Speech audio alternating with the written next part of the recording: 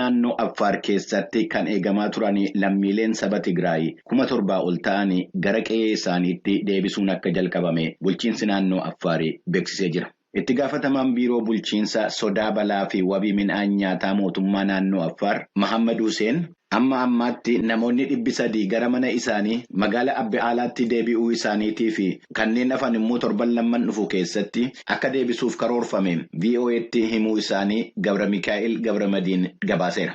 Komishiiniin mirga namoomaa Itiyoophiyaa ji'a waxabajjii darbe keessa ibsa baaseen lammiileen Tigraay sababa walitti bu'insaatiin daangaa naannoo Affaarii fi Tigraay irraa buqqa'an haala seeraan ala ta'een ji'a muddee bara 2021 kaasee magaala Samaraatii fi mooraa Agaatiinaa jedhamu keessatti qabamanii akka jiran beeksisee akka atattamaan gallakkisaman gaafatee ture. Mootummaan naannoo Affaar dhimmichi hidhaa ittuu hin taane nageenya namootan sanaatiif jedhamee eegumsa taasifameedha jedhee ibsa komishiinichi baasee fi deebii kennee ture. Namootan qe'ee isaaniitti deebi'aa jiran keessaa tokko akka VOA'tti himanitti wanti isaan kanaan dura qaban sababa wal waraansaatiin waan isaan jalaa badee fi gargaarsi isaan barbaachisa. Dhaabbata mootummoota gamtoomaniitti waajjirri qindeessa gargaarsa namoomaa yookiin ochaan namootan gara qe'ee isaaniitti deebi'aa jiran kana gargaaruudhaaf hojjechaa jiraachuu isaa akka ibsee gabaasameera. Bulchiinsi magaalaa Finfinnee fi bulchiinsi mootummaa naannoo Oromiyaa dhimma daangaa bulchiinsa lamman gidduutti turee fi furmaata kennuudhaaf waliigaltee irra ga'uu isaanii kantiibaan magaalaa Finfinnee aadde Adaanech Abeebee ergaa fuula miidiyaa hawaasaa irratti dabarsaniin beeksisanii jiru. Akka aadde Adaanech jedhanitti kanaan dura manoottan waloon jireenyaa yookiin kondominiyeemiin Kooyyoo Faccee Tulluu Diimtuu fi gamtokkeen gamoo mana jireenyaa Jaamoo lakkoofsa 2 gara naannoo Oromiyaatti kan daangeffame yommuu ta'u mootummaa naannoo Oromiyaatiin kanaan dura ijaaramanii kan turan naannoo Labuutti kan argaman gamoowwan waliin jireenyaa Furii Haannaa fi amma laga Qarsaatti bakki jiru gara naannoo Finfinneetti daangeffamee jira. Dhimma kana irratti kan ibsa baase paartiin Izeemaa gochicha mormee jira. Itti aanaa dura taa'aa paartichaa kan ta'an Arkiiteek Yohaannis Mokonnin murtichi waan yeroo hin eeggannee fi waan uummanni irratti hin mari'anneedha jechuudhaan VOA'tti himuu isaaniitii fi uummanni irratti marii taasiseera jechuu isaa Kennedy Abaatee Finfinneerraa gabaasee jira. Bulchiinsa naannolee mootummaa federaalaa Itiyoophiyaa jalatti hundeeffaman keessaa kurnaffaa ta'uudhaan waggaa 2 dura kan dhaabbate bulchiinsi mootummaa naannoo Sidaamaa naannicha keessatti godinaalee hundeessuudhaa fi daangessuu fi akka adeemaa jiru beeksisee jira.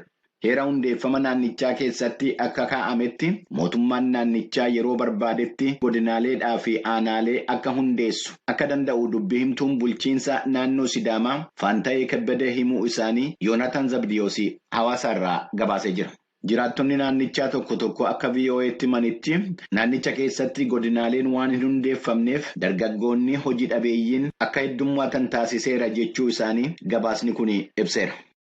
Dhukkuba gifiraa biyya kaaba Afrikaatti argamtu Zimbabwee keessatti babal'achaa deemaa jiruun daa'imman 157 du'anii 2,000 ol kan ta'an immoo dhukkubichaan qabamuu isaanii dhaabbanni oduu Ajaansi France Press gabaasee jira.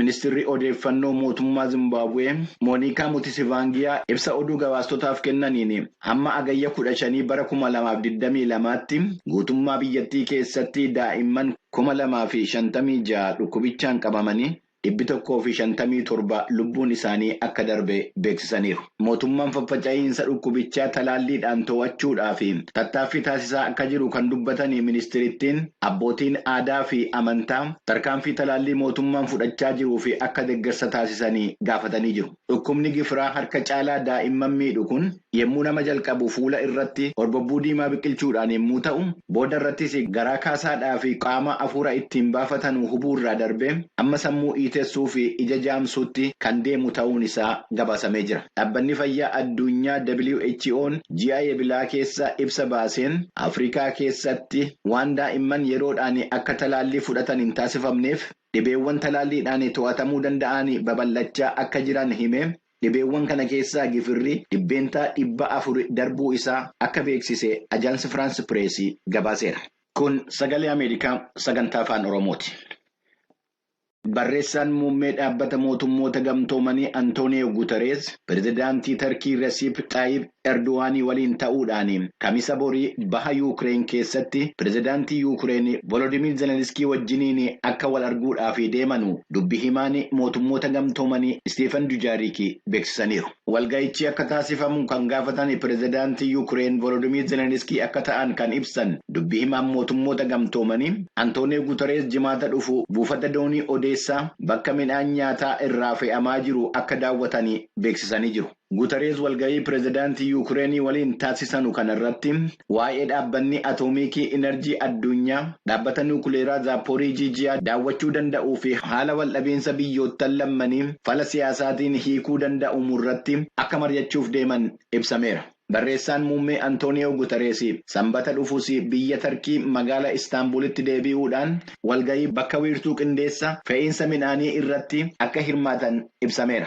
Wiirtuun kun kan dhaabbate waliigaltee midhaan nyaataa fi xaa'oo Yuukireenii fi Raashaa irraa gara biyyoottan adda addaatti fe'uudhaaf taasifame akka hordofuuf. Yemmuu sana waliigaltichi kan mallatteeffame dhaabbata mootummoota gamtoomanii, mootummaa Tarkii, mootummaa Raashaa fi mootummaa Yuukireen gidduutti akka ta'e ni beekama. Erga waliigaltichi taasifame adoolessa 22 bara 2022 asii dooniiwwan 21 buufataalee doonii kibba Yuukireen keessatti argaman Odeessaa, Chernomoskii fi Piyeediin irraa ka'uudhaan midhaan meetiriik toonii 500,000 fi 63,000 fi 317 fe'anii yommuu biyyoottan adda addaatti malan dooniiwwan 15 immoo fe'uudhaaf hiriira galanii akka jiran gabaasameera.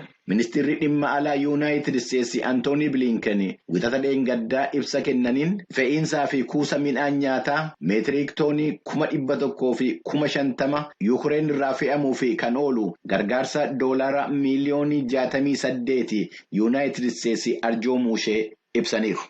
Mootummaan Tarkii fi mootummaan Israa'el walitti dhufeenya dippiloomaasii waggaa 4 dura addaan kutanii turanii deebisanii itti fufuudhaaf akka waliigalan roobii har'aa ibsa baasaniin beeksisuu isaanii maddi oduu Rooyiters gabaaseera. Biyyoottan lamman bara 2018 ajjeechaa Gaazaa keessatti lammiilee Palestaayin 60 irratti raawwatameen kan ka'e ambaasaaddaroota arjachuun isaanii ni yaadatama. Waajjirri muummee ministeeraa Israa'el Yaarii Lappiid roobii har'aa akka ibsatti waliigaltee irra kan ga'uun danda'ame erga mariin muummee ministeeraa Israa'elii fi pirezidaantii Tarkii Xaayib Erdogaan gidduutti taasifame booda. Akka waliigaltee kanaatti biyyoottan lamman ambaasaaddaroota isaanii harjatamanii turan deebisuudhaan hojii dippiloomaasii guutummaadhaan itti